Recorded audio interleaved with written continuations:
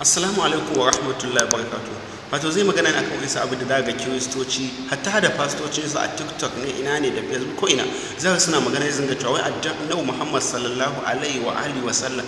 ai musulunci ya kawo sauran annabawa kuma ba musulunci suka kawo ba wata kuma suka zama musulmai bayan ko annabi Muhammad an yi shi ne bayan shekara 500 da wani abu da haihuwa annabi Isa sannan ya fara da'awa wata kuma za a ce addininsa wasu ma musulmai ne ai musuluncin yaushe aka yi musulunci shekara 1400 da wani abu da ya wuce ne aka yi addinin musulunci to a shi yasa mai rage to bari ba su ansa shi menene musulunci ya kamata ku fara bibiyan shi kalmar musulunci ma me ake nufi in mutum ya musulunta to me ake cewa annabawa musulmai ne menene musulunci musulunci shine sallamawa me sallamawa bi ko ku kiristoci fasocin ku suna kiran ku da masu bi za ka sace mu masu bi kiristoci da Hausa kuna kiran kanku da masu bi me masu bi shine Islam ne sallamawa to shi aka ce to addinin Allah shine menene Islam wato tun daga farko Allah da ya fara aiko annabawa yana aiko su ne menene domin a zo a abi Allah a daina bautan gunki duka annabawa ana bautan gunki yasa suna kiran mutane a zo abi Allah ta hanyar shi ne ake samun tsira da haka a zo a yi submission zuwa ga Allah a sallama ma ubangiji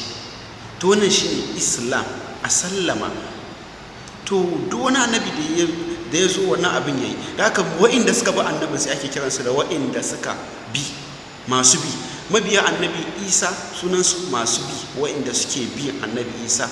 kuma suna so suka sallama ma ubangiji mai ceto wa'inda suke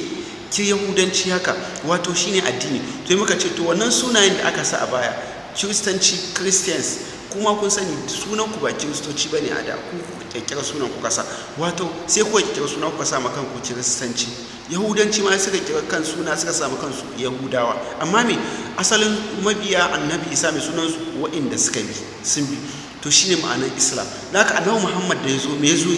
ya kira mutane ne a daina bautan gunki a dawo a bauta ma ubangiji guda ɗaya wanda shine ya halicci kowa da komai annabi Isa ma abin da yake nan ya kira albarwan don gunki a zo a bi Allah annabi Adam annabi wa duk abin da suka yi kenan sannan magana sai kuma sunan Allah za ga har ina magin kiristance sun ga zai zagin har sai an rubuta sunan Allah sai zagi to me ma'anan Allah shi kalmar Allah larabci ne waye ubangiji wanda ake bauta mawa to in ka ce in kai za ka zace ka zagi Allah to ka zagi Jehova kenan ka fahimta ka zagi ubangiji wanda ya halicce duniya ubangiji annabi Isa to ka zage shi kenan so da a larabci me suke kira Allah a turanci kun ga cewa God a wasu yara da yadda suke kiran shi suke kiran sunan mai ubangiji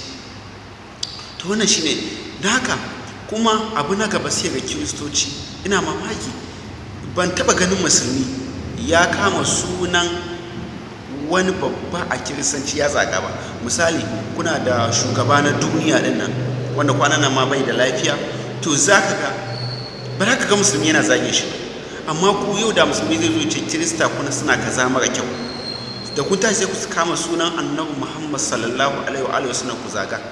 yanzu kana tunanin da za ga mutum ya zo ya kama sunan wannan shugaban naku pastor din nan shi fa ya zaga ko ya kama sunan annabi Isa da mu a wajen haramun ne annabi Isa mu a jamu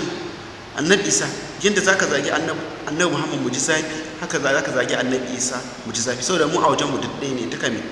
suna ma Allah ubangiji aiki ne to don haka sai ku zagi annabi na ce to ba kwa ganin darajar addini wasu kuma haka kuke kira musulmai da 'yan ta'adda ba za ka taɓa ganin musulmi ya ɗau bible ya ƙona ba ko ya yaga ba za ka taɓa ganin musulmi ya zagi wani ya kira sunan Allah ko ya ce God ɗin kiristanci kaza ko ya kira annabi Isa ya zaga ko ya kira wani pastor ya zaga ba za ka taɓa gani ba amma a kullum kuke kira musulmai 'yan ta'adda ya kira musulmai masu santa da fitina a arewa a Najeriya, wanda kuma in kun duba za ga me ku kuke yi. In kaga musulmi yayi magana akan kiristanci sai ga yana magana akan cewa addinin kiristanci, misali ga musulmi ya ce addinin kiristanci ba inda aka kira kiristanci da kiristanci a Bible, babu kaza babu kaza. Wanda in ka duba Bible din haka ne, magana ne yake, sai dai za ku yi cewa to me ruwan shi misali. To amma kun tashi sai ku kama zagi ga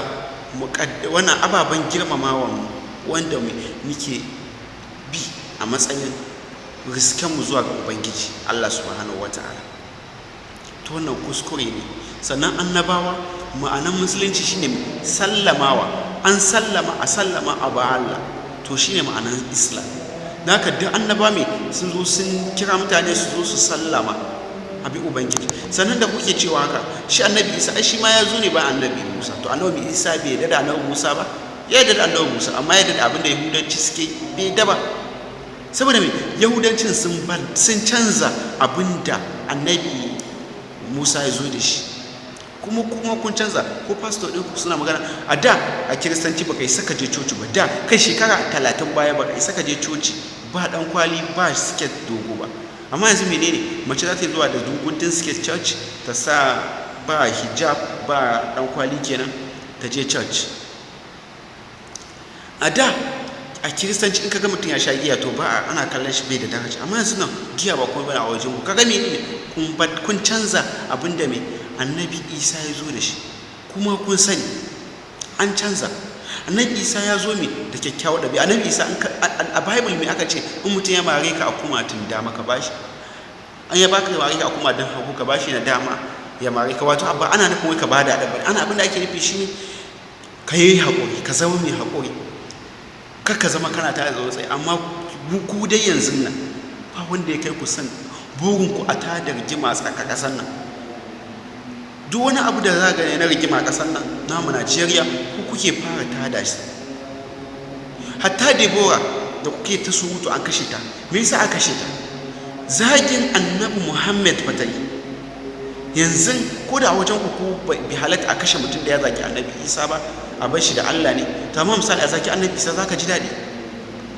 To me yasa ba ku zarge ta da laifin da ta yi ba? Wanda suka kashe ta sai aka kama su hukunta su, me yasa suka kashe ta? Ita ma a faɗa laifin ta, in kun tashi wazi. Sai yasa nake gode ma wasu fastoci da suka nuna rashin daidai da ta yi, suka ce abin da ta yi ba daidai bane, sannan abin da musulmai wanda suka kashe ta su ma ba su yi daidai ba. Wato suka bada laifi 50 ga ita 50 ga musulmai. Ta haka zagin musulunci, zagin tukku ne kuke yi, ba a taɓa ganin musulmi ya yi wannan abin ba, ku kuke yi. To amma kuma kullum kuke kira musulmi ba sa son zama tsaye. Sannan sai kun ga kallon mu a matsayin, musamman a kuna kallon yau a matsayin wani gidazawa ne ko na abu. Ba gidazance bane, shine asalin yan adamtaka. Shi sa za ku hau sai kun ga ce mutum aboki Hausa, saboda me wai shi ne ko yana da kuɗi da zaka zo ka ce ba ni kuɗi dan Allah ina zan ci abinci, zai dauko kuɗin shi ya baka. Shi bai damu da abin duniya ba, shi yana sabgan shi bai. Wannan shine adamtaka, ba rashin wayo bane. Shine adamtaka, abinda kake da shi ka ji cewa za ka yi sallama abinda ka mallaka na duniya ga ɗan uwanka. Sai sa musulmi, yau musulmi in kirista zai masallaci ya ce ya zo a taimake shi, za a taimake shi.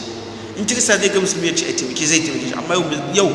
kirista kan kai shi, kirista bai sai zai wani coci ne mataimako ba a taimake shi. Sai da zai ba, in yana cocin catholic da ya sai ba cocin da ya koma wancan cocin da aka kira shi aka. Assalamu alaikum wa rahmatullahi wa barakatuh.